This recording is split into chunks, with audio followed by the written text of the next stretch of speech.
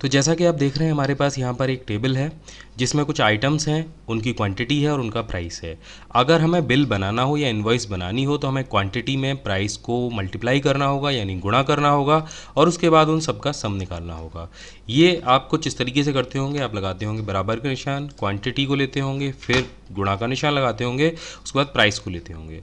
इसके बाद आप इसको नीचे तक ड्रैग करेंगे, कुछ इस तरीके से ये आप करते होंगे और इसके बाद यहाँ पर आप इसको सम करते होंगे कुछ इस तरीके से। तो ये तो रहा हमारा जो मैनुअल तरीका है वो। अगर हमें एक बार में बिना मल्टीप्लाई और सम किए इसका रिजल्ट मिल जाए तो कैसा हो? ये मिल सकता है आपको सम प्रोडक्ट के द्वारा।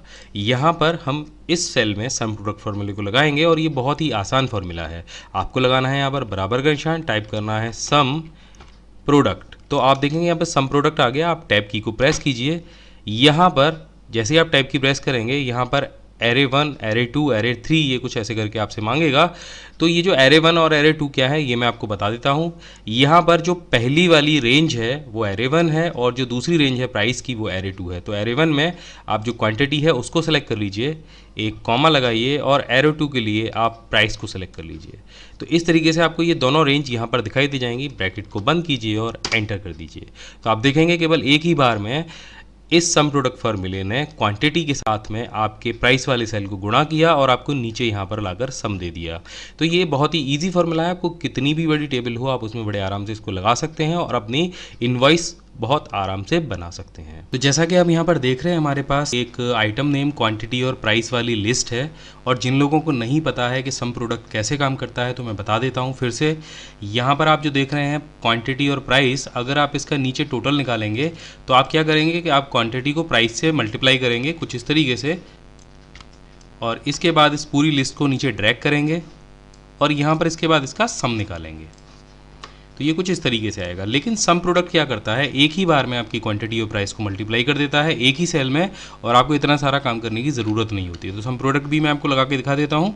यहाँ पर आपको टाइप करना है बराबर का निशान, टाइप करना है सम प्रोडक्ट और एरे 1 और एरे 2 ये आपसे पूछेगा। तो एरे 1 में आपको देना है क्वांटिटी वाला सेल और इसके बाद लगाना है कॉमा और एरे 2 में देना है आपको प्राइस वाला सेल।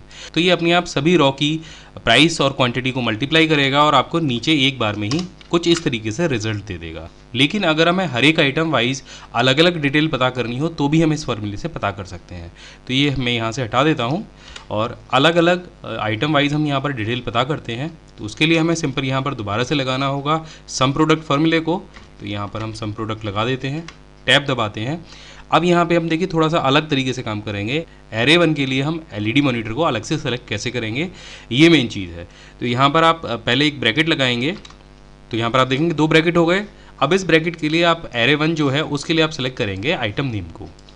उसके बाद यहाँ पर आप लगाएंगे बराबर का निशान और आइटम नेम में से हमें छांटना है एलईडी मॉनिटर। तो इसको सेलेक्ट कर लेंगे और ब्रैकेट को बंद करेंगे। तो यहाँ पर आपको सिंपल इतना करना है। उसके बाद आपको लगाना है अपने कीबोर्ड के न्यूमेरिकल कीपैड से स्टार का बटन। तो ये यहाँ पे मल्टीप्लिकेशन का बटन भी हो गया और स्टार का बटन भी हो गया। यहाँ पर ये सारी चीज़ें सिंपल है। अब यहाँ पर आपको कॉमा नहीं लगाना है। एरे 2 के लिए सिंपल आपको क्वांटिटी वाली जो रेंज है उसको सिलेक्ट करना है, फिर से एक कॉमा लगाना है और एरे 3 के लिए आपको सेलेक्ट करनी है जो प्राइस वाली रेंज वो। उसके बाद आपको ब्रैकेट बंद करना है। तो आप देखेंगे यहाँ तक हमारा काम पूरा हो गया है। लेकिन इस फॉर्मूले को हमें नीचे ड्रैग करके और सेल्स में भी लगाना है तो कुछ रेंज को हमें लॉक करना होगा।